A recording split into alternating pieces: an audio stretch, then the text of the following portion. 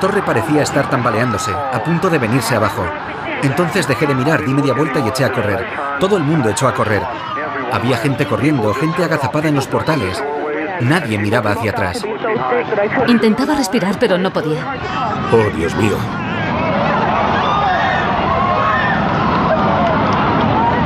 Dios mío. Ha caído la torre. Hay una inmensa columna de humo. ¡Vámonos, vámonos!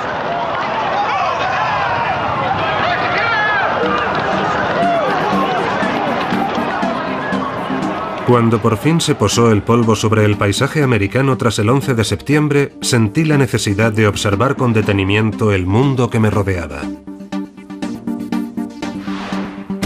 Parecían emanar preguntas e incertidumbres de todos los ámbitos de la sociedad. Aunque no soy ni mucho menos un conspiranoico, no podía evitar preguntarme si no nos estaban lavando a todos el cerebro, condicionándonos como a ratones en un laberinto, con el propósito de hacernos pensar y creer ciertas cosas sin ninguna explicación racional y sin preocuparnos por las consecuencias ni el futuro. Tras haber estudiado y trabajado en publicidad durante varios años, estaba al corriente de las numerosas historias y especulaciones que circulaban sobre los mensajes subliminales usados por las firmas de marketing y relaciones públicas. Y aunque el asunto me fascinaba, solía relegarlo a la categoría de leyenda urbana. Pero una de las definiciones que da el diccionario Webster de la palabra subliminal es que existe o funciona por debajo del umbral de la conciencia. Entonces me dije, ¿acaso no es así como funcionan en gran medida los medios de comunicación, la política y la cultura popular? Es decir, por debajo del umbral de nuestra conciencia. ¿Y si estuvieran manipulando nuestra mente subconsciente con técnicas subliminales para obligarnos a hacer lo que quieren ellos? Al fin y al cabo son los propios medios de comunicación los que han popularizado el propio concepto, no solo de cuando en cuando en los informativos de las grandes cadenas. Subliminal. Un mensaje subliminal. Mensajes subliminales. El poder del control mental. Sino difundiendo y trivializando el tema en películas, programas de televisión y anuncios como este. Hey, have you heard about the crazy new way to send a message today? It's flashed on a screen too quick to see, but still you get it subliminally. Ladies and gentlemen, the 59 Chevy. See it? Isn't it beautiful? You used a subliminal cut. Now, quite a few subliminal cuts from some photos I made.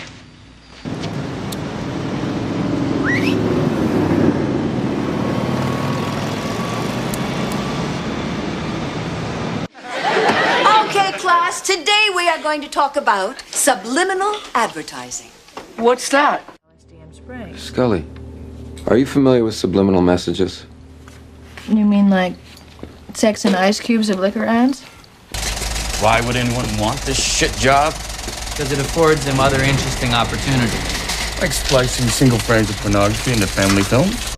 Yvonne et Miage. They keep saying that. Let me play this backwards. Join the Navy. They're recruiting people with subliminal messages. Oh, what do you expect? Those bastards turned a whole generation of Americans into smokers with their damn subliminal advertising. Subliminal. It's a subliminal message Broadwave to trigger. I've been seeing this code pop up all over the last few weeks.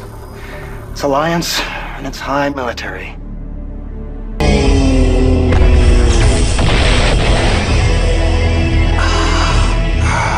Subliminal advertising complete. ¿Ven lo que quiero decir?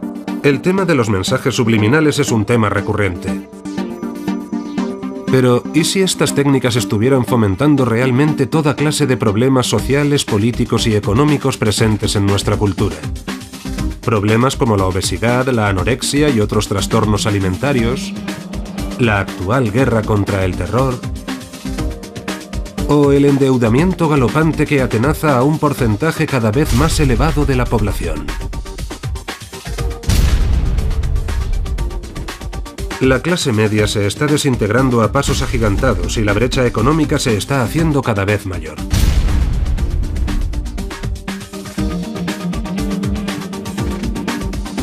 No obstante, y pese a la actual recesión económica, nuestra tasa de consumo no se ha ralentizado.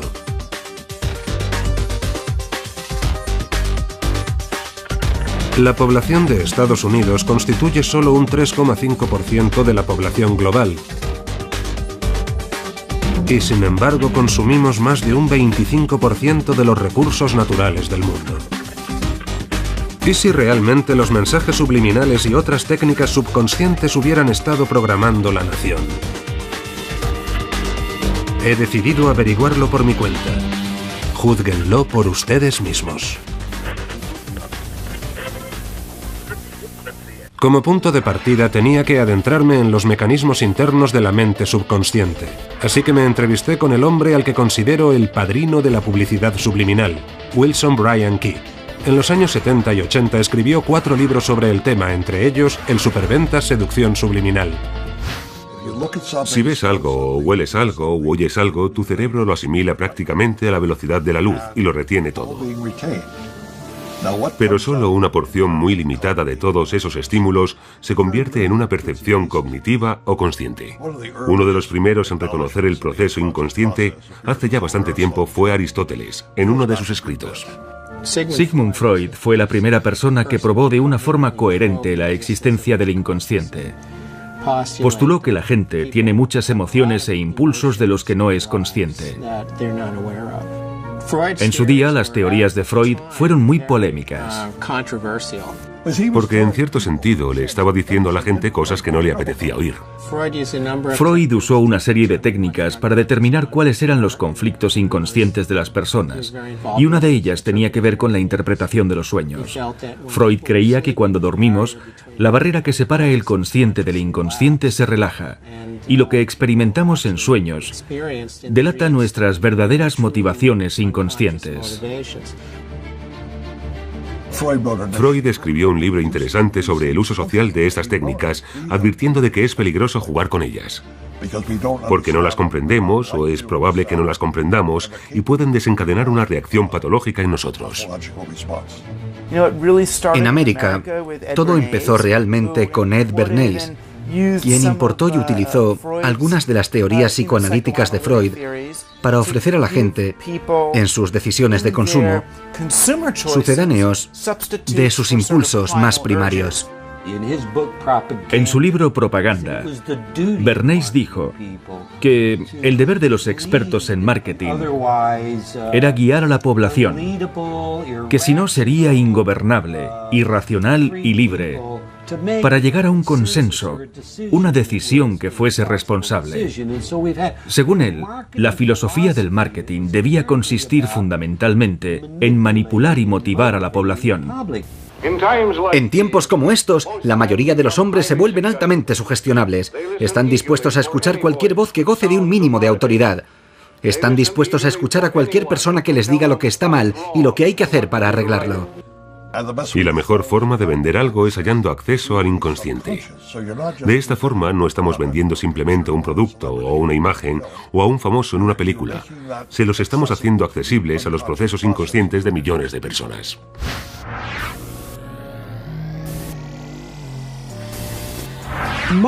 La mayoría de los americanos descubrió el concepto de publicidad subliminal en 1957.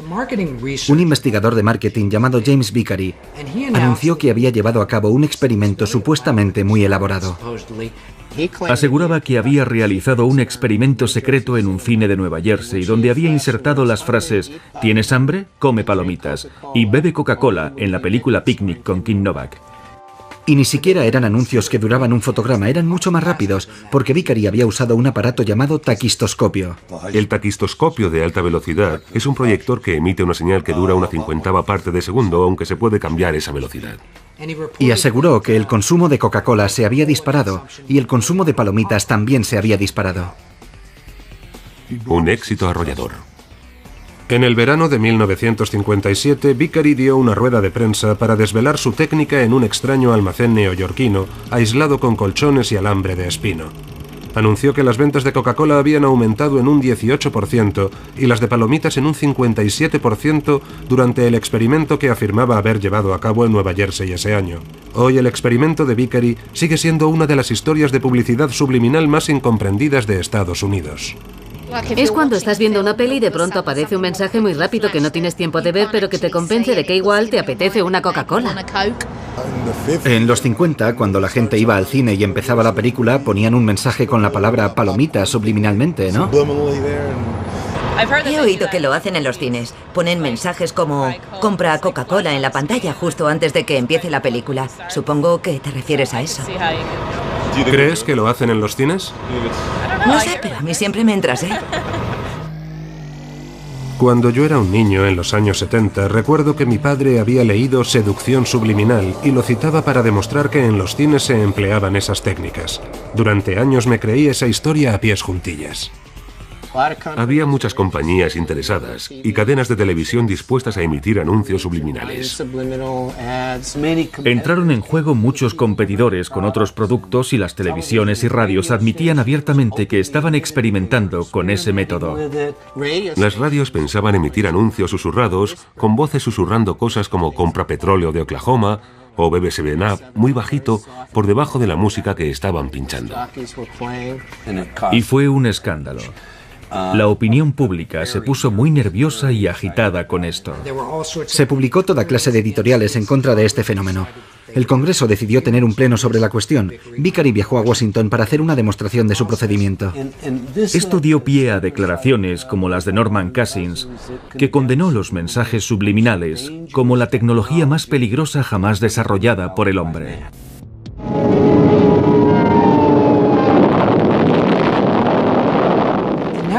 Las cadenas decidieron bastante rápidamente que les interesaba impedir que el Congreso tomase cartas en el asunto. Así que formaron la Asociación Nacional de Organismos de Radiodifusión y se pusieron todas de acuerdo para prohibir la publicidad subliminal. Y adoptaron la tesis de que no funcionaba. Trataron de calmar la ansiedad de la opinión pública, insistiendo en que no era eficaz. Vicari abandonó la consultoría y se medio jubiló. Más adelante admitió que, básicamente, todo era un montaje. El experimento que decía haber llevado a cabo, en realidad no lo había llevado a cabo. Desgraciadamente, al padrino de la publicidad subliminal se le olvidó mencionar este hecho en sus superventas de 1973. En lugar de eso, ha seguido perpetuando esa creencia hasta nuestros días. El consumo de palomitas y Coca-Cola aumentó considerablemente. Y hay una pizca de verdad en ello. Ha habido otros experimentos. Es de suponer que pudo haber un aumento moderado en las ventas de esos productos a raíz de órdenes como bebe Coca-Cola, pero desde luego no de la magnitud que sugirió él. Pero una vez ha salido el genio de la botella, es muy difícil volver a meterlo. Desde entonces, ha existido esa especie de mito de la publicidad subliminal. Aunque el experimento de Vicari tuviera más que ver con el folclore que con la realidad, no se puede negar que ha generado una gran cantidad de investigaciones adicionales en este campo. En los 50, los investigadores de la motivación desarrollaron una gama de aparatos electrónicos con los que medir las reacciones inconscientes de la gente, como por ejemplo la respuesta galvánica cutánea, es decir, las imperceptibles fluctuaciones en la cantidad de sudor en la piel del sujeto en función de su estado de ansiedad, o los latidos del corazón. También tenían cámaras especiales en supermercados para medir la dilatación de las pupilas, que supuestamente indicaba lo interesada que estaba una persona en un producto. He examinado los numerosos estudios publicados en revistas científicas desde finales de los años 50 y he descubierto que la mayoría ofrecían pruebas de la capacidad que tiene nuestra mente para registrar percepciones subliminales.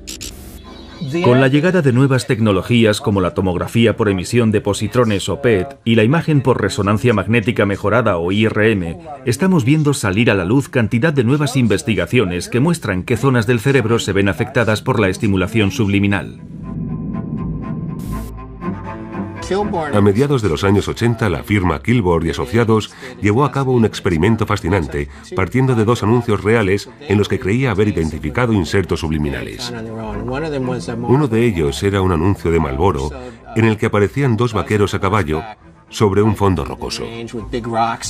Y supuestamente una de las rocas tenía forma de falo erecto. Así que contrataron a un artista para que retocara la imagen y quitara el falo, para tener un grupo de control. Enseñaron la imagen a una serie de personas para medir sus reacciones galvánicas cutáneas y descubrieron que la imagen con el falo tenía un efecto mucho mayor que la imagen sin el falo.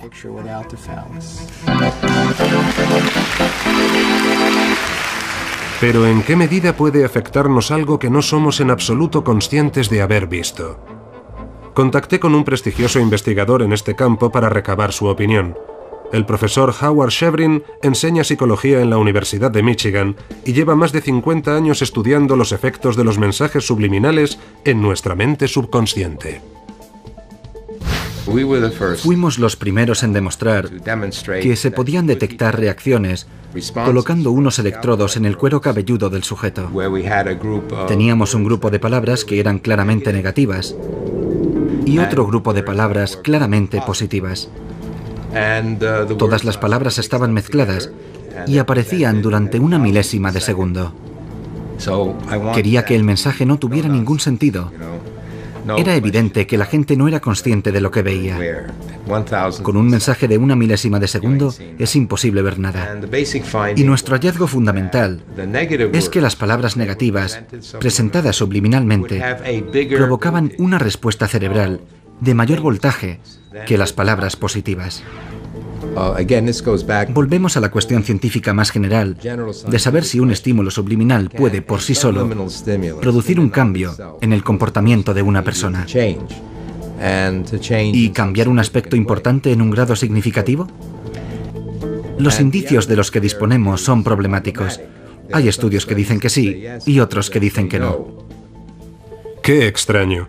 Según el catequista de la iglesia a la que yo iba de adolescente en los años 80, los mensajes subliminales disimulados en la música rock eran responsables de que la gente se drogase, adorase a Satán y se suicidase.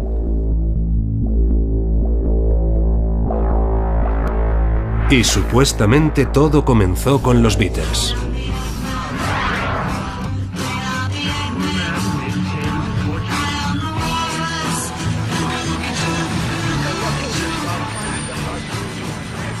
Así que fui a la Gran Manzana para hablar con el redactor jefe David Fricke, que lleva más de 25 años trabajando en la revista Rolling Stone.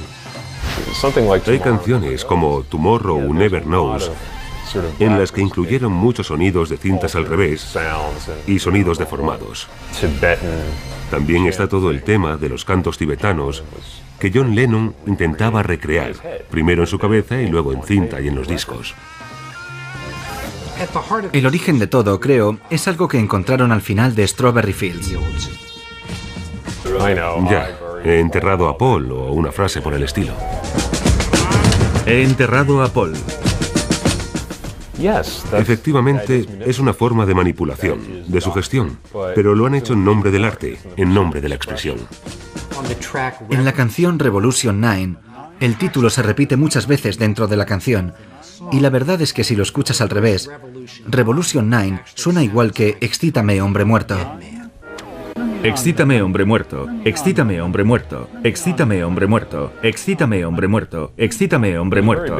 Hay una gran diferencia entre, digamos, los mensajes invertidos y el potencial artístico de la manipulación del sonido. Hay que establecer una distinción entre lo que yo llamo los mensajes invertidos premeditados y los que son puramente accidentales. Por ejemplo, se ha descubierto que si dices en inglés las palabras Jesús te ama, las grabas y las escuchas al revés, suena igual que nos huele a salchichas. ¿En serio? Bueno, vamos a ver si es cierto. Nos huele a salchichas. Pues sí, casi suena igual. Lo que esto demuestra es que nuestra mente tiene una increíble capacidad para identificar patrones y somos capaces de encontrarle sentido al mayor sinsentido. Yo diría que el caso de Revolution 9 es una mera coincidencia. Contactamos con los dos supervivientes de los fabulosos 4, pero ambos se negaron a hacer comentarios. Otro músico que sí estaba dispuesto a hablar con nosotros es el cantante Jeff Tate, del grupo ganador de un disco de platino Queensryche. Como fan de su música pensé que tendría algo que decir sobre el asunto.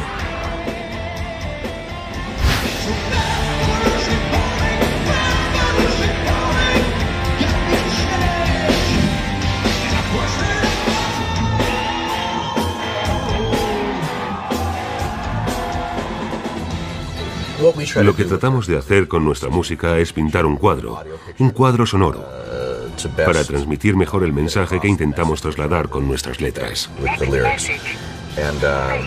Y para ello usamos todos los medios de los que disponemos. El primer álbum que recuerdo que hiciera algo parecido es el Sgt. Pepper's de los Beatles. Estaba plagado de todo tipo de collages sonoros interesantes, con partes habladas y sonidos artesanales. Hay quien habla de los peligros de los mensajes subliminales, refiriéndose a la música. Y creo que es un tema subjetivo. ¿Qué es un mensaje subliminal?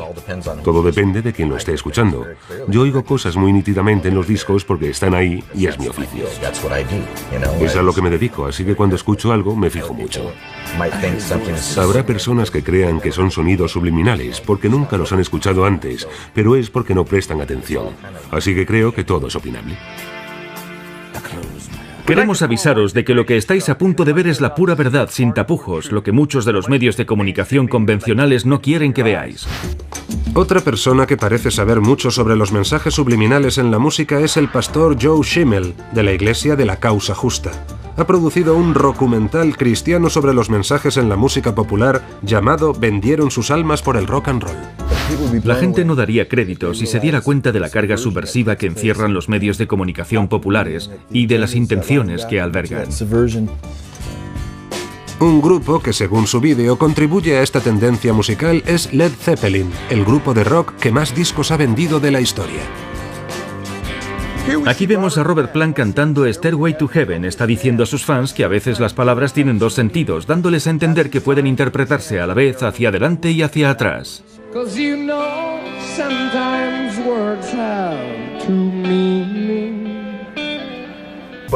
Pero si lo escuchas al revés, hay 25 palabras seguidas que dicen básicamente: se lo dedico a mi dulce Satán, quiero vivir al revés como los Zeppelin, cuyo poder es Satán, él te dará 666. Un técnico de sonido de grupos de rock, Andy Jones, accedió a entrevistarse con nosotros para poner los puntos sobre las íes. Ha trabajado con algunos de los grupos más famosos de la historia y ha producido los discos 2, 3, 4 y parte de Physical Graffiti de Led Zeppelin. En la época en la que estaba produciendo al grupo Cinderella, alrededor de 1987, vino a verme al estudio un crío puesto de metanfetamina y empezó a hacerme preguntas sobre el llamado enmascaramiento inverso. Es una sarta de tonterías. Este fenómeno satánico va más allá de los designios de los hombres, está inspirado por el demonio. Bob García, de la discográfica A&M, ha declarado: será cosa del diablo porque aquí nadie sabe cómo se hace. No tiene ningún sentido. Cada cual puede interpretar los mensajes como le dé la gana. Creo que en el fondo saben lo que está pasando y están atrayendo a sus seguidores a una especie de orgía de poder. El enmascaramiento inverso es una tontería. Nunca ha ocurrido, nunca lo hemos hecho. Es un hecho comprobado porque yo estaba presente. Si quieres transmitir un mensaje subliminal, no hay forma de hacerlo, es imposible. Hay muchas pruebas disponibles, pero primero hay que buscar más allá de las apariencias, y creo que cuando la gente empiece a verlo, con suerte comprenderá que lo importante es la verdad, no las experiencias. Mientras el jurado seguía deliberando, se me ocurrió una forma de llegar a mi propio veredicto y llevé a cabo un mini experimento con un pequeño grupo de estudiantes de instituto que no estaban al corriente de los supuestos mensajes satánicos de Stairway to Heaven de Led Zeppelin. Los dividimos en 3 grupos y les hicimos escuchar el mismo fragmento de la canción, tanto hacia adelante como hacia atrás. El primer grupo podía leer los mensajes satánicos que, según Schimmel y otros, estaban presentes cuando se escuchaba la canción al revés.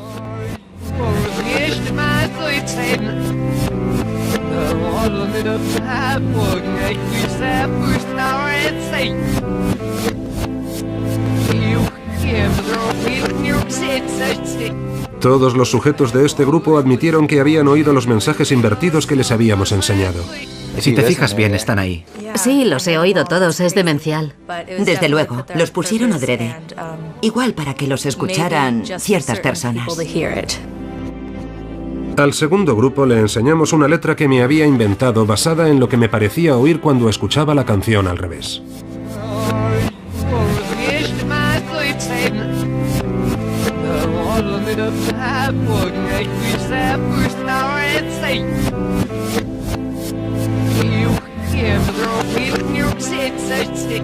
Todos los sujetos de este grupo también admitieron que habían oído los mensajes que les enseñamos.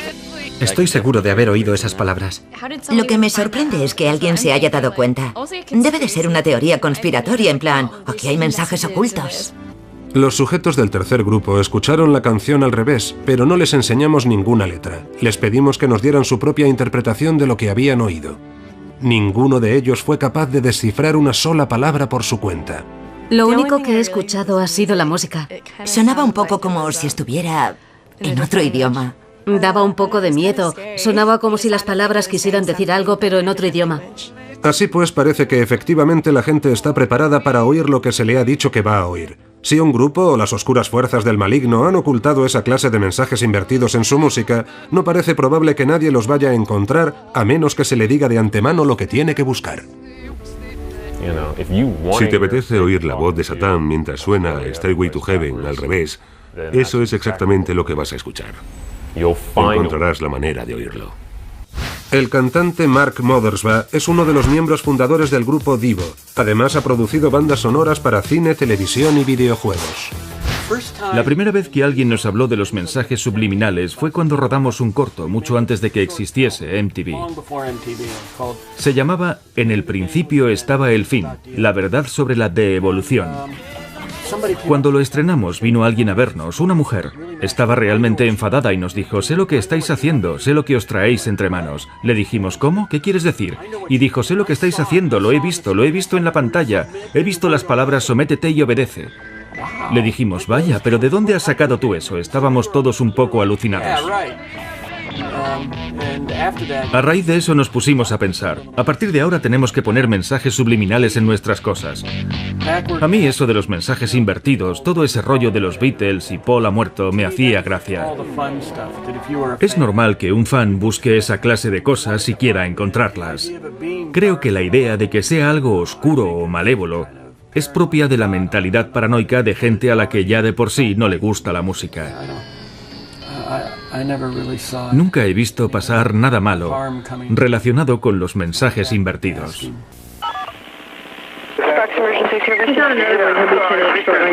He oído 2 disparos. Vale, ¿dónde los ha oído? En mi patio trasero. ¿Hay algún herido? Parece que hay 2 cadáveres. No he querido salir a mirar.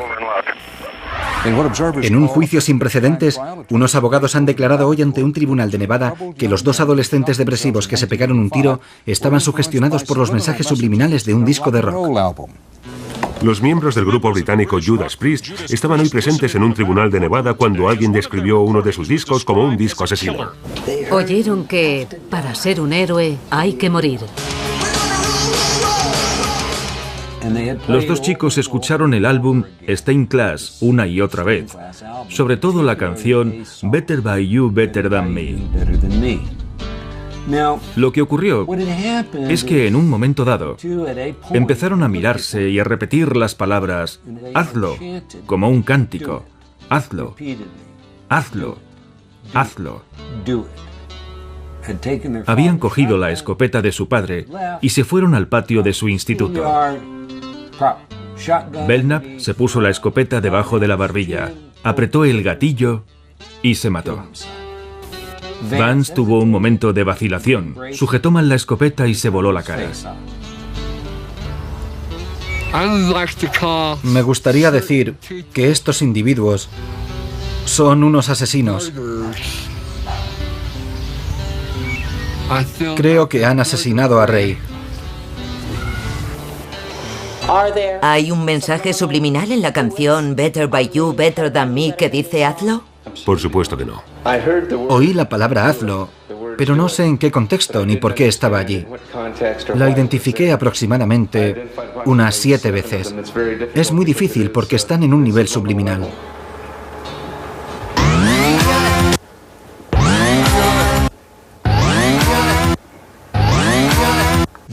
El grupo Judas Priest ha admitido haber usado mensajes subliminales en otros discos, pero en este, justamente no. Son los supuestos mensajes subliminales los que han llevado este caso ante los tribunales. Otros casos similares en los que se alegaba que la música era dañina han sido desestimados, porque las letras están protegidas por la primera enmienda. Pero en este caso, el juez dice que los mensajes subliminales no están amparados por la libertad de expresión. Lo que se juzga aquí es el concepto mismo de sugestión subliminal. Un tribunal de justicia no es el lugar adecuado para divagar sobre las capacidades ocultas de la mente humana. Llevamos al juez al estudio y le hicimos escuchar las 24 pistas que se mezclaron para producir este disco. Le enseñamos cómo se mezcla un disco. En una de las pistas, después de un arreglo de voz, había una respiración combinada con una guitarra. Y si la escuchas con esa idea en mente, pensando que lo que dice es hazlo, puedes oír hazlo. El mensaje estaba allí, en efecto, y eso me desconcertó mucho. El juez concluyó que estaba allí, pero accidentalmente. Para mí, eso no tenía ningún sentido. CBS Records nunca hizo público el máster original. Se debería haber incautado el máster original de 24 pistas para que pudiéramos determinar si el mensaje había sido insertado intencionadamente o no era más que una coincidencia sonora. Así que, para mí, eso ya fue la gota que colmaba el vaso. Y el juez dictaminó que, al fin y al cabo, esos jóvenes tenían toda clase de razones para hacerse daño y no había argumentos de peso para llevarlo a juicio. Los defensores de las víctimas intentaron hacernos pasar por unos adoradores de Satán enloquecidos por las drogas y nada más lejos de la realidad. Es absolutamente ridículo, un disparate. Y la gente no se da cuenta de que somos seres humanos con sentimientos, como las demás personas. Otra cosa es que no siempre cantemos canciones de amor. La música nos hacía sentir poderosos, hacía volar nuestras emociones, subir, bajar. Era como una droga, un estupefaciente. Retrospectivamente me doy cuenta de que era una música que podía volverte loco. A ti te volvía loca. Pues sí, la verdad es que me sacaba de quicio. No podía aguantarla y tu comportamiento empezó a cambiar. Y no siempre se puede culpar a los padres, a la industria musical, a las películas y a la televisión, pero tenemos que reconocer que todos esos factores pueden influir en los niños y sus decisiones, así que habría que fijarse en todas esas cosas y tenerlas en cuenta. Por una vez no podría estar más de acuerdo con el pastor Schimmel, y como cineasta tenía que profundizar en la forma en la que la industria del cine y la televisión nos afectan inconscientemente.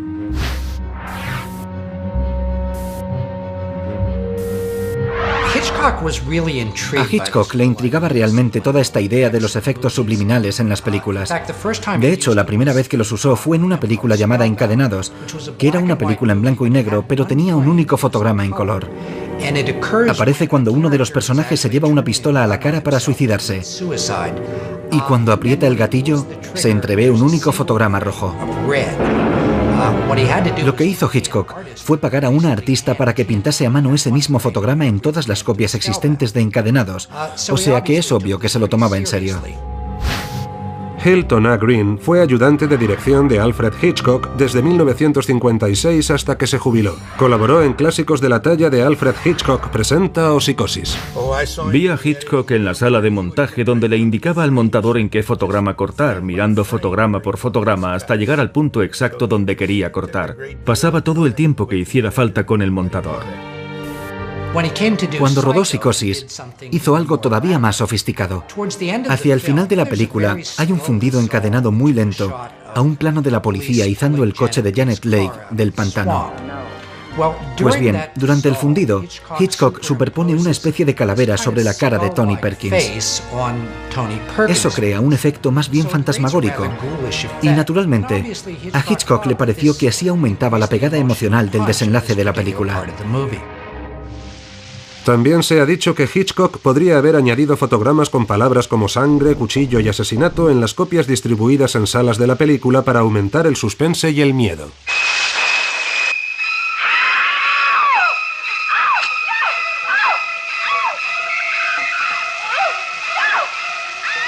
Los espectadores son muy sugestionables. Tengo la sensación de que se puede llevar a un público donde uno quiera, como hacía Hitchcock, y creo que eso se puede conseguir con mensajes subliminales. Sería muy eficaz. Si llegó a poner intencionadamente palabras como asesinato o cuchillo y ese tipo de cosas, debió ser cuando yo no estaba presente. Debió ser mientras trabajaba con el guionista. Christopher Coppola es guionista, productor y director, y también aprendió bajo la batuta de su padrino, el compositor Carmine Coppola, en la película Apocalipsis Now. Cuando Walter Merch y Richard Beggs usaban sonidos electrónicos en la banda sonora de Apocalipsis Now, siempre añadían sonidos reales por debajo, sonidos que no tenían que ver con la imagen, para hacerle sentir algo determinado al espectador, o cualquier cosa que potenciara el aspecto aterrador de esa guerra. Coppola no solo deseaba ser muy riguroso, sino también calar muy hondo en la psique del espectador. Había toda clase de trucos, de cosas que pasaban en la banda sonora de la película. Durante el ataque con helicópteros en la aldea, hay un puente de madera que salta por los aires, así que se oye la explosión de cada uno de los maderos. Pero lo mezclaron con sonidos de bolas de bolos, derribando unos palitroques.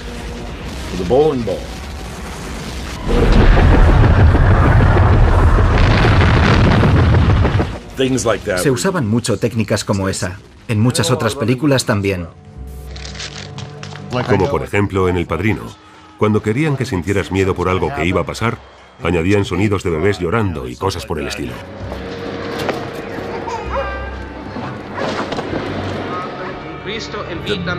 El llanto de un bebé es imposible de ignorar, porque de otra manera la especie humana no tendría futuro.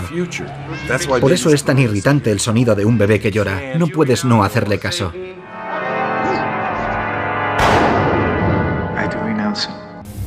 Para mí es algo creativo. Estás estimulando esta parte del cerebro. Si quieres impactar al espectador con algo, no le golpeas en la cabeza con ello. Se lo enseñas de tal forma que quizá él no se dé cuenta, pero lo tenga grabado en la mente y luego piense, ¿dónde he visto yo eso? Friedkin es otro director al que también le intrigaba esa idea. En El Exorcista utiliza planos subliminales en al menos dos momentos claves de la película. Uno de ellos aparece durante una secuencia de sueño. Y el otro aparece durante el exorcismo propiamente dicho.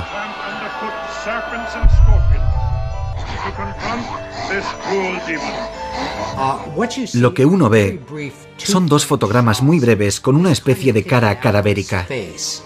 Mis hermanos y yo parábamos siempre la película cuando aparecía ese fotograma.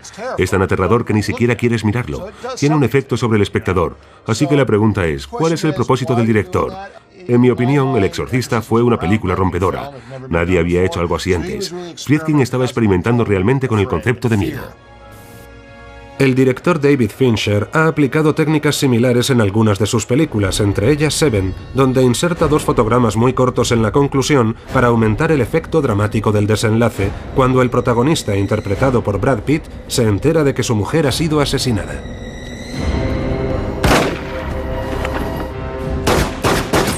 Aunque no es de extrañar que una película como esta utilice esa clase de tácticas, pero el último lugar en el que uno esperaría encontrárselas es en un dibujo animado de Disney.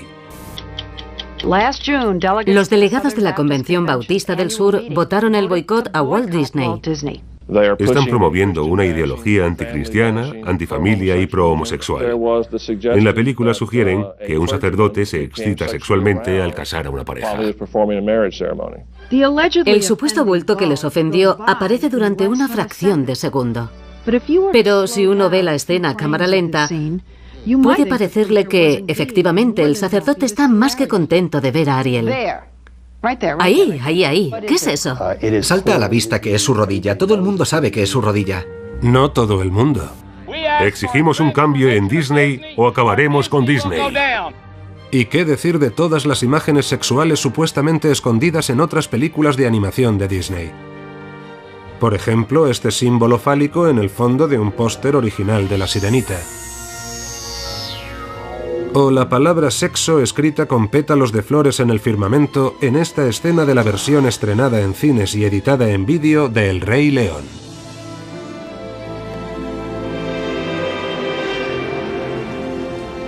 Y esta cosa, sea lo que sea, que asoma en una ventana en una escena de la versión de 1977 de Los Rescatadores. Disney ha negado una y otra vez tales acusaciones. Es solo que hay gente que pasa demasiado tiempo buscando cosas que no están. La reedición de estas películas en DVD y Blu-ray le da por fin la razón al expresidente ejecutivo de Disney, Michael Eisner. Es verdad que las imágenes ocultas no están, por mucho que las busquemos, porque han sido expurgadas de las versiones más recientes. Sin embargo, el escrutinio público, las malas lenguas y la sátira siguen cebándose aún hoy con Disney. That's how we can sell sex to little girls. See, if we make the posters with little girls reaching for your junk, then you have to wear purity rings or else Disney Company looks bad. Si las imágenes sexuales ocultas pueden considerarse subliminales, ¿qué decir de la epidemia moderna del emplazamiento publicitario? We thank you so much for this bountiful harvest of Domino's, KFC and the always delicious Taco Bell. Cuando vemos a un actor sujetando una lata de Pepsi, el producto está ahí, pero no lo percibimos como un anuncio, lo vemos como parte de la película. Converse All Stars, vintage 2004. Don't turn your face up like that. I know you want some. All you gotta do is ask. Hasta el emplazamiento publicitario suele ser una táctica subliminal, porque no te estás planteando realmente, ese tío se está bebiendo una Coca-Cola, pero lo ves, y tu cerebro lo registra.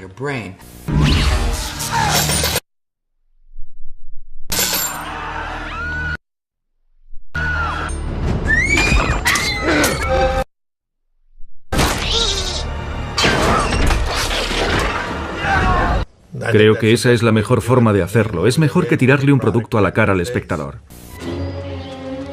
Pero ¿en qué medida funciona el emplazamiento publicitario en las películas? Inmediatamente después del estreno de E.T., las ventas de bombones Reese's Pieces aumentaron en un 80% según las estimaciones. Así que, en cierto sentido, creo que se podría decir que el emplazamiento publicitario es quizá la forma más exitosa de publicidad subliminal. I want the perfect food. Si las películas y los programas de televisión pueden suscitar emociones y vender productos con estas tácticas, ¿qué clase de técnicas podrían usar los publicistas para empujarnos a consumir aún más? Imagine all those burgers in your stomach right now.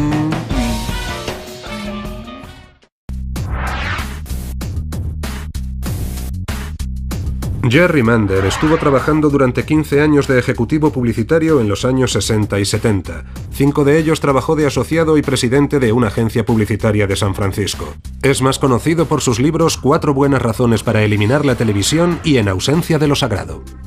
El telespectador medio ve unos 30.000 anuncios al año. Son 30.000 repeticiones de un mismo mensaje. Y ese mensaje dice: compra esto, haz lo otro, te hará sentir mejor, te va a gustar.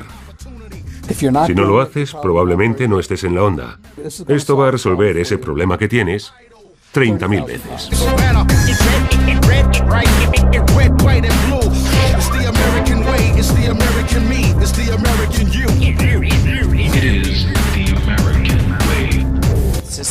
Es algo sistémico. La publicidad funciona mejor con gente que vive sola y está asustada. Es una especie de terapia inversa. Vamos a terapia para resolver nuestros problemas y sentirnos mejor con nosotros mismos, mientras que los medios de comunicación tienen exactamente el objetivo opuesto. Hay que crear una tensión en el espectador, una tensión consciente y una ansiedad, para que salga a buscar el producto a modo de alivio.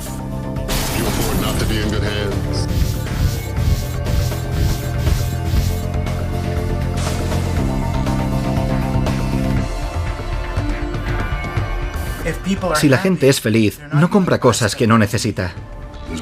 Ha habido circulares de ejecutivos publicitarios que decían: nuestro trabajo es hacer que las mujeres se sientan mal consigo mismas. Creemos realmente que este es el aspecto que debe tener una mujer, esta versión diseñada por el plan de marketing de algún tipo. Todas miran este bonito anuncio y piensan: me gustan las tetas que tiene esta modelo, y no se dan cuenta de que las están manipulando. Tal y como lo veo, podríamos fijarnos en fenómenos como la anorexia y la bulimia y decir, es un fenómeno motivado por los medios de comunicación. Están destruyendo a nuestras familias. Nunca en toda la historia de la humanidad hemos estado tan asediados, porque nunca hemos tenido medios de comunicación de masas como los de hoy. A raíz de mi experiencia previa como ejecutivo de cuentas en una agencia de publicidad, sentí una conexión personal con este tema y quise saber más. Y nadie mejor que Noam Chomsky, profesor de lingüística en el Instituto Tecnológico de Massachusetts, para ayudarme a traducir el lenguaje de los medios de comunicación de masas. Este prestigioso académico, activista político, crítico de los medios de comunicación y escritor, ha publicado docenas de libros, incluidos Fabricando el consenso, El beneficio es lo que cuenta y Estados fallidos. ¿El objetivo del anuncio de televisión es hacer de uno un consumidor informado que toma decisiones racionales? No.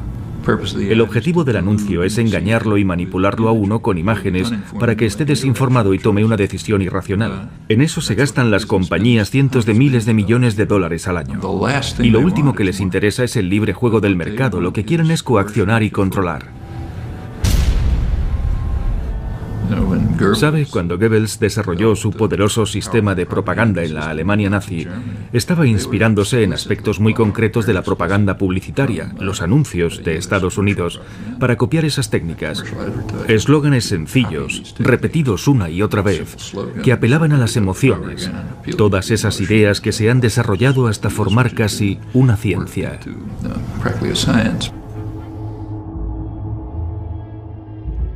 Anne Simonton ha sido top model y ha llegado a aparecer en las portadas de Vogue, Glamour y Sports Illustrated. Hoy, la fundadora del Observatorio de los Medios es una eminencia en el estudio de los efectos de los medios de comunicación de masas.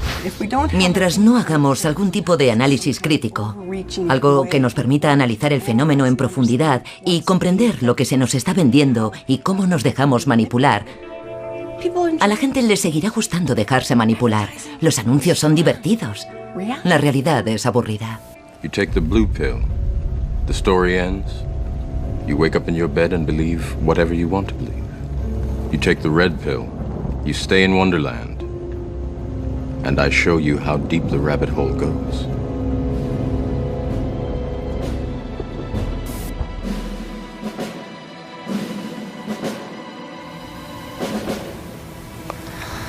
Pues a ver, de la tele sobre todo. Los publicistas tratan de llamar la atención de niños cada vez más jóvenes. Y todo anuncio destinado a un niño pequeño debería considerarse subliminal. Porque los niños pequeños no distinguen entre el anuncio y el programa. Para ellos se funden en un todo indisoluble. Todo anuncio destinado a los niños de 4 años, o de 5 años, o de 6 años, está dirigiéndose a una conciencia incapaz de funcionar racionalmente. Los padres usan la televisión como una especie de canguro, ¿vale? Plantan a sus hijos delante del televisor y no hay ningún acompañamiento, ninguna pedagogía. No hay padres que se queden mirando la televisión con sus hijos. Han llegado a interesarse por los niños de 9 meses. Se han dado cuenta de que con 2 años uno ya le es fiel a una marca y es capaz de reconocerla. Es extraordinario. Y cuando ves algo que te gusta en la televisión, ¿qué haces? Se lo pido a mi mamá. ¿Y si dice que no? Pues sigo pidiéndoselo y dándole la lata hasta que lo consigo.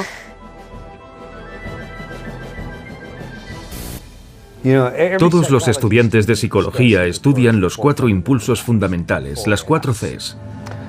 Combatir, correr, comer y copular. Cuando te las explican así, es imposible olvidar las 4 Cs. En nuestra sociedad, que está gobernada en gran medida por publicistas que nos motivan para consumir, acabamos con un 5.º impulso. Más. Cada vez más.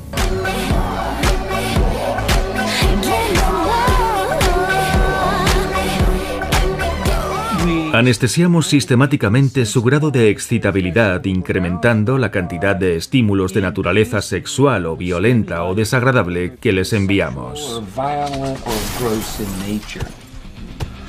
De esta forma, el más empieza con un quiero más estímulos. Y luego esto se propaga a todo lo demás, ya sea más comida, más alcohol y drogas, más coches, más dinero, más poder, más mujeres, más.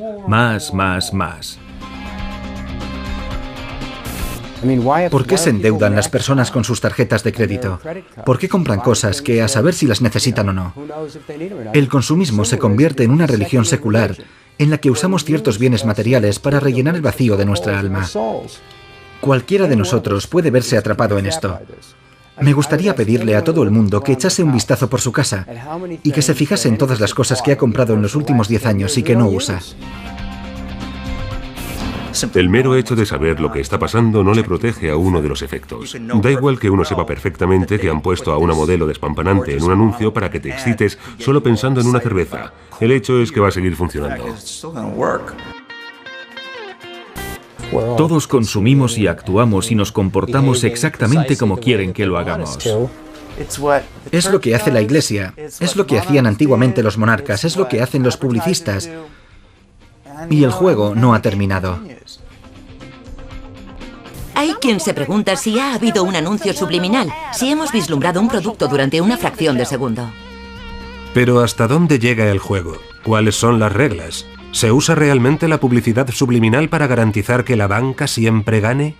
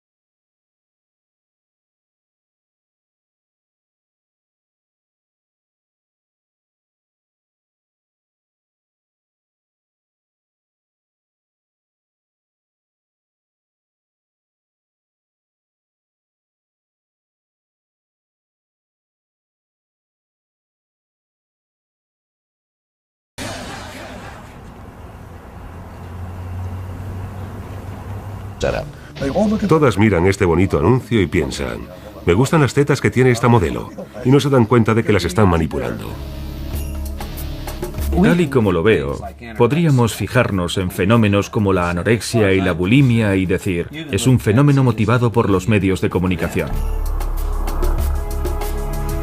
Están destruyendo a nuestras familias. Nunca en toda la historia de la humanidad hemos estado tan asediados, porque nunca hemos tenido medios de comunicación de masas como los de hoy. A raíz de mi experiencia previa como ejecutivo de cuentas en una agencia de publicidad, sentí una conexión personal con este tema y quise saber más. Y nadie mejor que Noam Chomsky, profesor de lingüística en el Instituto Tecnológico de Massachusetts, para ayudarme a traducir el lenguaje de los medios de comunicación de masas. Este prestigioso académico, activista político, crítico de los medios de comunicación y escritor, ha publicado docenas de libros, incluidos Fabricando el consenso, El beneficio es lo que cuenta y Estados fallidos. ¿El objetivo del anuncio de televisión es hacer de uno un consumidor informado que toma decisiones racionales? No. El objetivo del anuncio es engañarlo y manipularlo a uno con imágenes para que esté desinformado y tome una decisión irracional. En eso se gastan las compañías cientos de miles de millones de dólares al año. Y lo último que les interesa es el libre juego del mercado. Lo que quieren es coaccionar y controlar. ¿Sabe? Cuando Goebbels desarrolló su poderoso sistema de propaganda en la Alemania nazi, estaba inspirándose en aspectos muy concretos de la propaganda publicitaria, los anuncios de Estados Unidos, para copiar esas técnicas. Eslóganes sencillos, repetidos una y otra vez, que apelaban a las emociones. Todas esas ideas que se han desarrollado hasta formar casi una ciencia.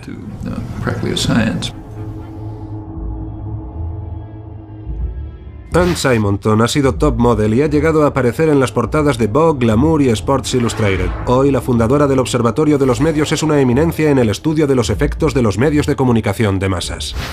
Mientras no hagamos algún tipo de análisis crítico, algo que nos permita analizar el fenómeno en profundidad y comprender lo que se nos está vendiendo y cómo nos dejamos manipular, a la gente le seguirá gustando dejarse manipular.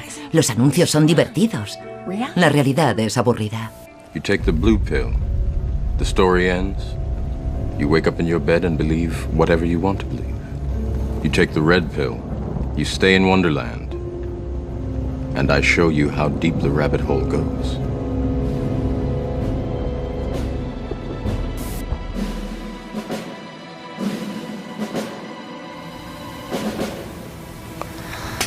Pues a ver, de la tele sobre todo. Los publicistas tratan de llamar la atención de niños cada vez más jóvenes. You take the red pill, you stay in Wonderland, and I show you how deep the rabbit hole goes.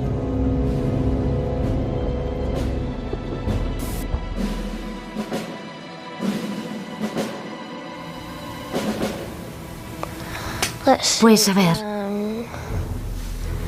de la tele sobre todo. Los publicistas tratan de llamar la atención de niños cada vez más jóvenes. Y todo anuncio destinado a un niño pequeño debería considerarse subliminal. Porque los niños pequeños no distinguen entre el anuncio y el programa. Para ellos se funden en un todo indisoluble. Todo anuncio destinado a los niños de 4 años, o de 5 años, o de 6 años, está dirigiéndose a una conciencia incapaz de funcionar racionalmente. Los padres usan la televisión como una especie de canguro, ¿vale? Plantan a sus hijos delante del televisor y no hay ningún acompañamiento, ninguna pedagogía. No hay padres que se queden mirando la televisión con sus hijos. Han llegado a interesarse por los niños de 9 meses. Se han dado cuenta de que con 2 años uno ya le es fiel a una marca y es capaz de reconocerla.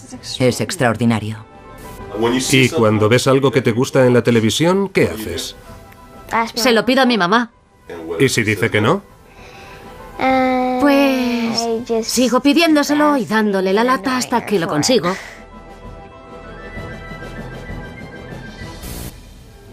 Todos los estudiantes de psicología estudian los 4 impulsos fundamentales, las 4 Cs. Combatir, correr, comer y copular. Cuando te las explican así, es imposible olvidar las 4 Cs. En nuestra sociedad, que está gobernada en gran medida por publicistas que nos motivan para consumir, acabamos con un 5.º impulso. Más. Cada vez más.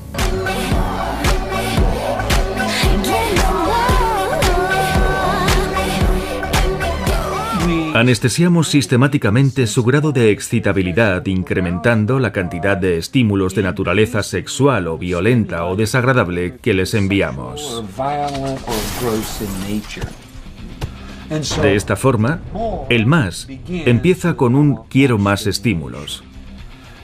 Y luego esto se propaga a todo lo demás, ya sea más comida, más alcohol y drogas, más coches, más dinero, más poder, más mujeres, más.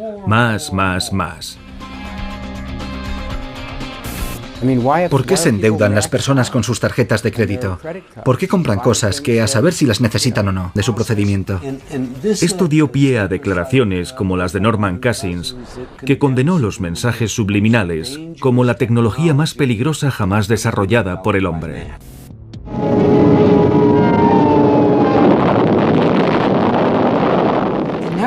Las cadenas decidieron bastante rápidamente que les interesaba impedir que el Congreso tomase cartas en el asunto. Así que formaron la Asociación Nacional de Organismos de Radiodifusión y se pusieron todas de acuerdo para prohibir la publicidad subliminal. Y adoptaron la tesis de que no funcionaba. Trataron de calmar la ansiedad de la opinión pública, insistiendo en que no era eficaz. Vicari abandonó la consultoría y se medio jubiló. Más adelante admitió que, básicamente, todo era un montaje. El experimento que decía haber llevado a cabo, en realidad no lo había llevado a cabo. Desgraciadamente, al padrino de la publicidad subliminal se le olvidó mencionar este hecho en sus superventas de 1973. En lugar de eso, ha seguido perpetuando esa creencia hasta nuestros días. El consumo de palomitas y Coca-Cola aumentó considerablemente. Y hay una pizca de verdad en ello. Ha habido otros experimentos. Es de suponer que pudo haber un aumento moderado en las ventas de esos productos a raíz de órdenes como bebe Coca-Cola, pero desde luego no de la magnitud que sugirió él. Pero una vez ha salido el genio de la botella, es muy difícil volver a meterlo. Desde entonces, ha existido esa especie de mito de la publicidad subliminal.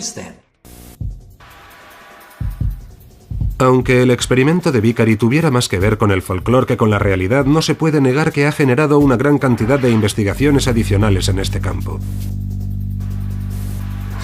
En los 50, los investigadores de la motivación desarrollaron una gama de aparatos electrónicos con los que medir las reacciones inconscientes de la gente, como por ejemplo la respuesta galvánica cutánea, es decir, las imperceptibles fluctuaciones en la cantidad de sudor en la piel del sujeto en función de su estado de ansiedad, o los latidos del corazón.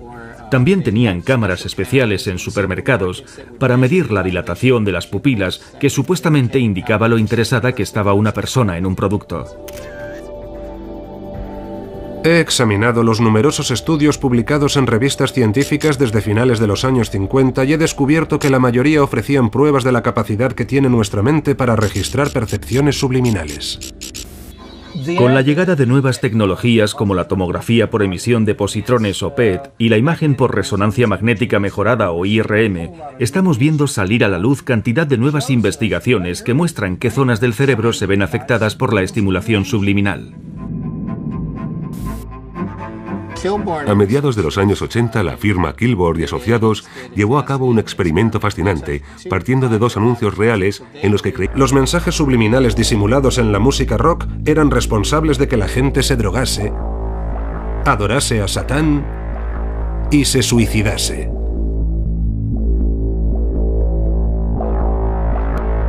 Y supuestamente todo comenzó con los Beatles.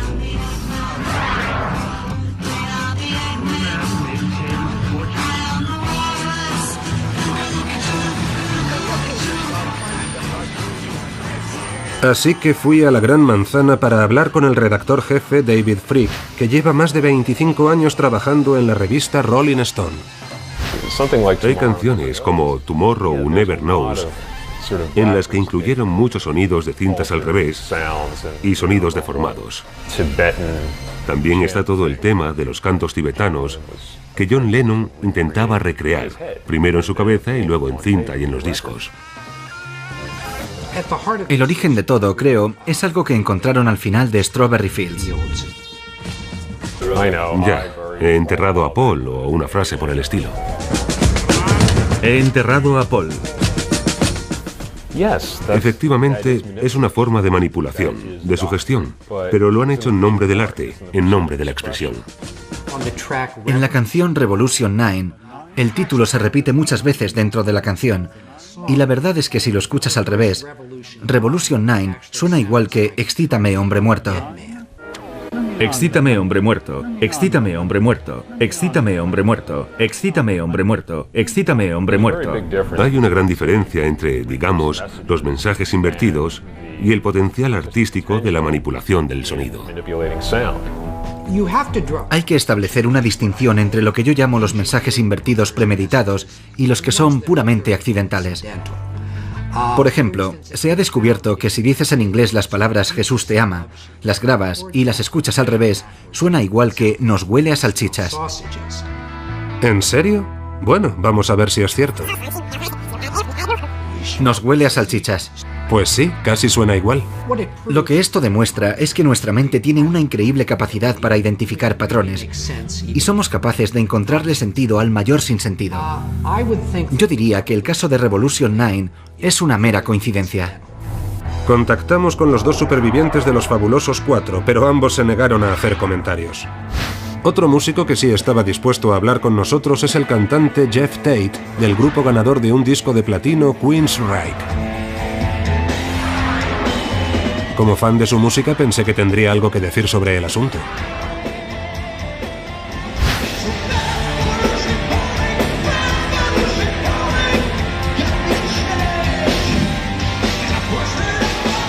En el Instituto Tecnológico de Massachusetts para ayudarme a traducir el lenguaje de los medios de comunicación de masas. Este prestigioso académico, activista político, crítico de los medios de comunicación y escritor, ha publicado docenas de libros, incluidos Fabricando el consenso, El beneficio es lo que cuenta y Estados fallidos. ¿El objetivo del anuncio de televisión es hacer de uno un consumidor informado que toma decisiones racionales? No. El objetivo del anuncio es engañarlo y manipularlo a uno con imágenes para que esté desinformado y tome una decisión irracional. En eso se gastan las compañías cientos de miles de millones de dólares al año. Y lo último que les interesa es el libre juego del mercado. Lo que quieren es coaccionar y controlar. ¿Sabe? Cuando Goebbels desarrolló su poderoso sistema de propaganda en la Alemania nazi, estaba inspirándose en aspectos muy concretos de la propaganda publicitaria, los anuncios de Estados Unidos, para copiar esas técnicas. Eslóganes sencillos, repetidos una y otra vez, que apelaban a las emociones. Todas esas ideas que se han desarrollado hasta formar casi una ciencia.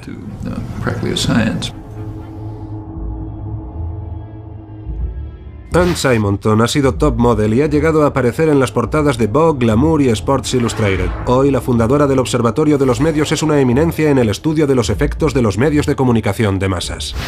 Mientras no hagamos algún tipo de análisis crítico, algo que nos permita analizar el fenómeno en profundidad y comprender lo que se nos está vendiendo y cómo nos dejamos manipular, a la gente le seguirá gustando dejarse manipular. Los anuncios son divertidos. La realidad es aburrida. You take the blue pill, the story ends, you wake up in your bed and believe whatever you want to believe. You take the red pill, you stay in Wonderland, and I show you how deep the rabbit hole goes.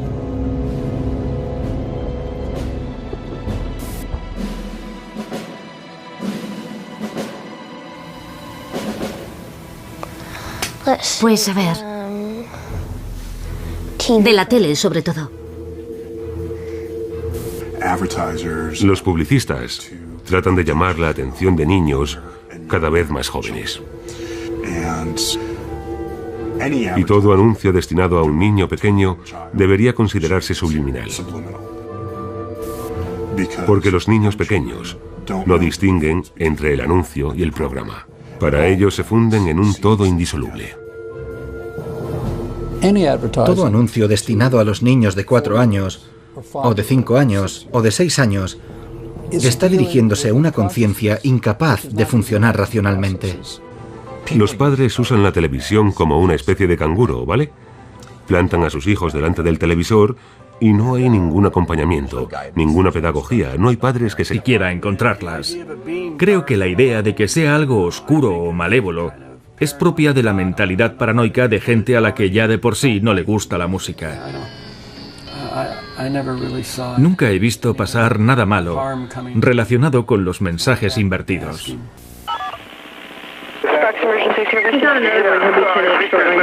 He oído 2 disparos. Vale, ¿dónde los ha oído? En mi patio trasero. ¿Hay algún herido? Parece que hay 2 cadáveres. No he querido salir a mirar. En un juicio sin precedentes, unos abogados han declarado hoy ante un tribunal de Nevada que los 2 adolescentes depresivos que se pegaron un tiro estaban sugestionados por los mensajes subliminales de un disco de rock. Los miembros del grupo británico Judas Priest estaban hoy presentes en un tribunal de Nevada cuando alguien describió uno de sus discos como un disco asesino. Oyeron que para ser un héroe hay que morir. Los 2 chicos escucharon el álbum Stained Class una y otra vez, sobre todo la canción Better by You, Better Than Me.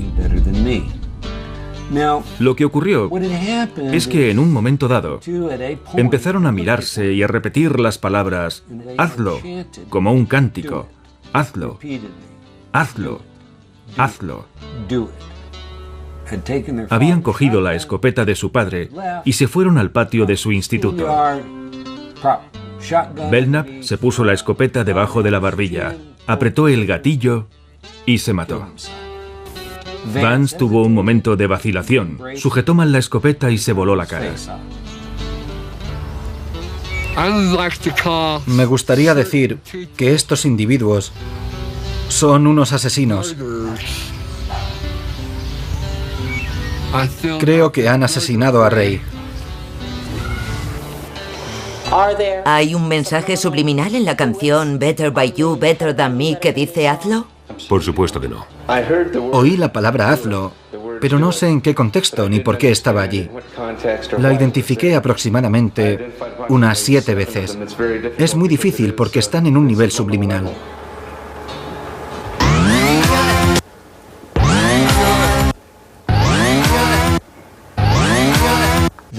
El grupo Judas Priest ha admitido haber usado mensajes subliminales en otros discos, pero en este, justamente no. Son los supuestos mensajes subliminales los que han llevado este caso ante los tribunales. Otros casos similares en los que se alegaba que la música era dañina han sido desestimados, porque las letras están protegidas por la primera enmienda. Pero en este caso, el juez dice que los mensajes subliminales no están amparados por la libertad de expresión. Lo que se juzga aquí es el concepto mismo de sugestión subliminal. Un tribunal de justicia no es el lugar adecuado para divagar sobre las capacidades ocultas de... Así que, en cierto sentido, creo que se podría decir que el emplazamiento publicitario es quizá la forma más exitosa de publicidad subliminal. I want the perfect food. Si las películas y los programas de televisión pueden suscitar emociones y vender productos con estas tácticas, ¿qué clase de técnicas podrían usar los publicistas para empujarnos a consumir aún más? Imagine all those burgers in your stomach right now.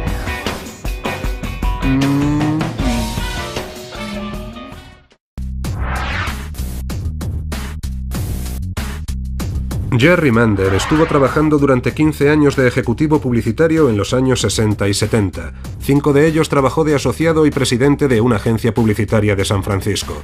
Es más conocido por sus libros 4 buenas razones para eliminar la televisión y En ausencia de lo sagrado. El telespectador medio ve unos 30.000 anuncios al año. Son 30.000 repeticiones de un mismo mensaje. Y ese mensaje dice, compra esto, haz lo otro, te hará sentir mejor, te va a gustar. Si no lo haces, probablemente no estés en la onda. Esto va a resolver ese problema que tienes 30.000 veces.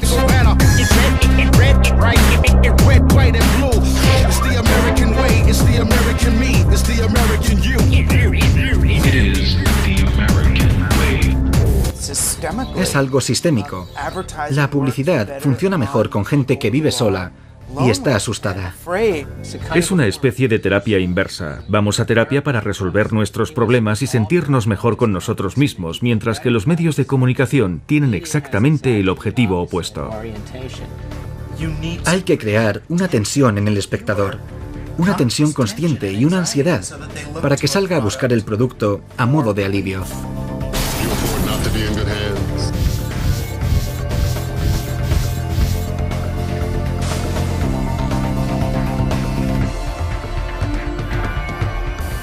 Si la gente es feliz, no compra cosas que no necesita. Ha habido circulares de ejecutivos publicitarios que decían: nuestro trabajo es hacer que las mujeres se sientan mal consigo mismas. Creemos realmente que este es el aspecto que debe tener una mujer, esta versión diseñada por el plan de marketing de algún tipo. Todas miran este bonito anuncio y piensan: me gustan las tetas que tiene esta modelo, y no se dan cuenta de que las están manipulando. Tal y como lo veo, podríamos fijarnos en fenómenos como la anorexia y la bulimia y decir, es un fenómeno motivado por los medios de comunicación. Then you have to wear purity rings or else Disney Company looks bad. Si las imágenes sexuales ocultas pueden considerarse subliminales, ¿qué decir de la epidemia moderna del emplazamiento publicitario? We thank you so much for this bountiful harvest of Domino's, KFC and the always delicious Taco Bell. Cuando vemos a un actor sujetando una lata de Pepsi, el producto está ahí, pero no lo percibimos como un anuncio, lo vemos como parte de la película. Converse All Stars, vintage 2004. Don't turn your face up like that. I know you want some. All you gotta do is ask. Hasta el emplazamiento publicitario suele ser una táctica subliminal, porque no te estás planteando realmente, ese tío se está bebiendo una Coca-Cola, pero lo ves, y tu cerebro lo registra.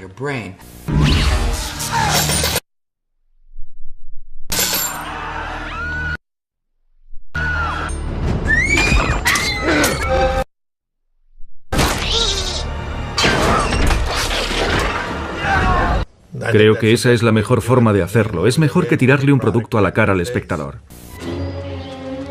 Pero ¿en qué medida funciona el emplazamiento publicitario en las películas? Inmediatamente después del estreno de E.T., las ventas de bombones Reese's Pieces aumentaron en un 80% según las estimaciones. Así que, en cierto sentido, creo que se podría decir que el emplazamiento publicitario es quizá la forma más exitosa de publicidad subliminal. I want the perfect food. Si las películas y los programas de televisión pueden suscitar emociones y vender productos con estas tácticas, ¿qué clase de técnicas podrían usar los publicistas para empujarnos a consumir aún más? Imagine all those burgers in your stomach right now.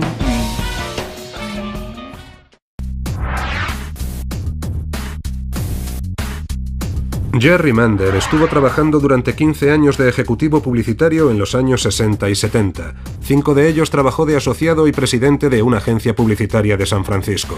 Es más conocido por sus libros 4 buenas razones para eliminar la televisión y En ausencia de lo sagrado. El telespectador medio ve unos 30.000 anuncios al año. Son 30.000 repeticiones de un mismo mensaje. Y ese mensaje dice: compra esto, haz lo otro, te hará sentir mejor, te va a gustar. Si no lo haces, probablemente no estés en la onda. Esto va a resolver ese problema que tienes 30.000 veces.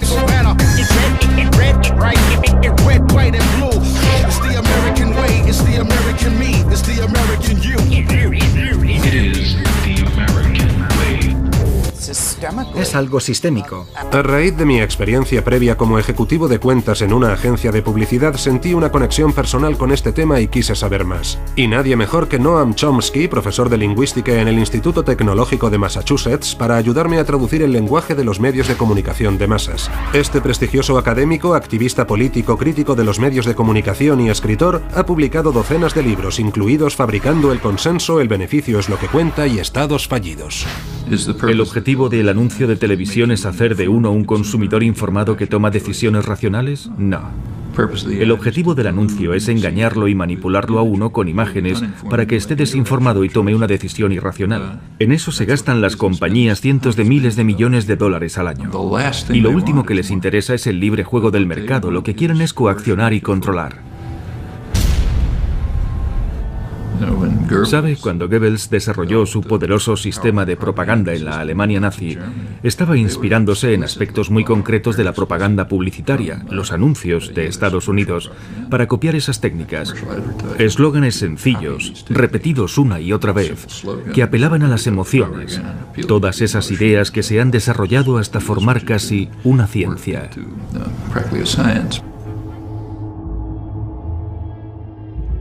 Anne Simonton ha sido top model y ha llegado a aparecer en las portadas de Vogue, Glamour y Sports Illustrated. Hoy, la fundadora del Observatorio de los Medios es una eminencia en el estudio de los efectos de los medios de comunicación de masas.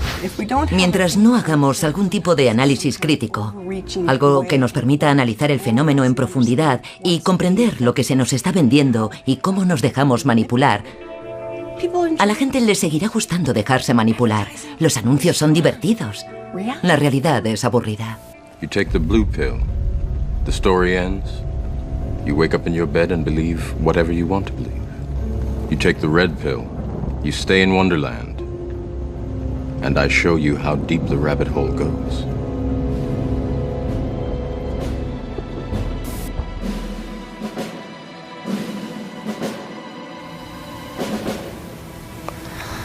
Pues a ver,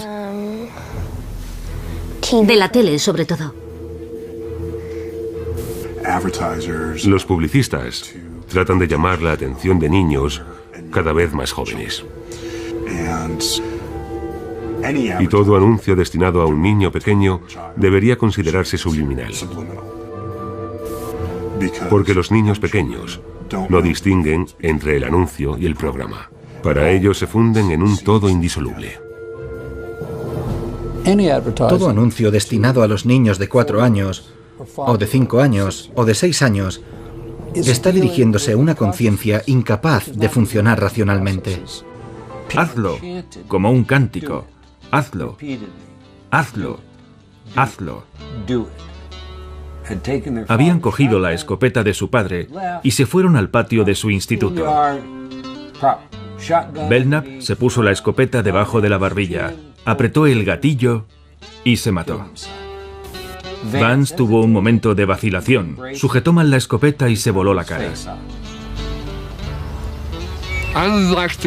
Me gustaría decir que estos individuos son unos asesinos.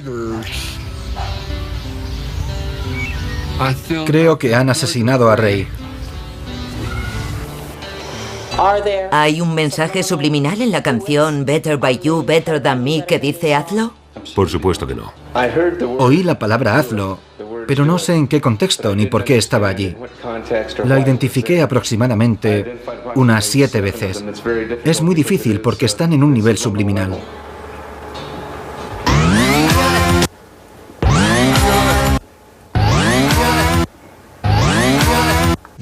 El grupo Judas Priest ha admitido haber usado mensajes subliminales en otros discos, pero en este, justamente no. Son los supuestos mensajes subliminales los que han llevado este caso ante los tribunales. Otros casos similares en los que se alegaba que la música era dañina han sido desestimados, porque las letras están protegidas por la primera enmienda. Pero en este caso, el juez dice que los mensajes subliminales no están amparados por la libertad de expresión. Lo que se juzga aquí es el concepto mismo de sugestión subliminal. Un tribunal de justicia no es el lugar adecuado para divagar sobre las capacidades ocultas de la mente humana. Llevamos al juez al estudio y le hicimos escuchar las 24 pistas que se mezclaron para producir este disco. Le enseñamos cómo se mezcla un disco. En una de las pistas, después de un arreglo de voz, había una respiración combinada con una guitarra. Y si la escuchas con esa idea en mente, pensando que lo que dice es hazlo, puedes oír hazlo. El mensaje estaba allí, en efecto, y eso me desconcertó mucho. El juez concluyó que estaba allí, pero accidentalmente. Para mí, eso no tenía ningún sentido. CBS Records nunca hizo público el máster original. Se debería haber incautado el máster original de 24 pistas para que pudiéramos determinar si el mensaje había sido insertado intencionadamente o no era más que una coincidencia sonora. Así que, para mí, eso ya fue la gota que colmaba el vaso. Y el juez dictaminó que, al fin y al cabo, esos jóvenes tenían toda clase de razones para hacerse daño y no había argumentos de peso para llevarlo a juicio. Vance tuvo un momento de vacilación, sujetó mal la escopeta y se voló la cara. Me gustaría decir que estos individuos son unos asesinos. Creo que han asesinado a Ray. ¿Hay un mensaje subliminal en la canción Better by You, Better Than Me que dice hazlo? Por supuesto que no. Oí la palabra hazlo, pero no sé en qué contexto ni por qué estaba allí. La identifiqué aproximadamente unas 7 veces. Es muy difícil porque están en un nivel subliminal.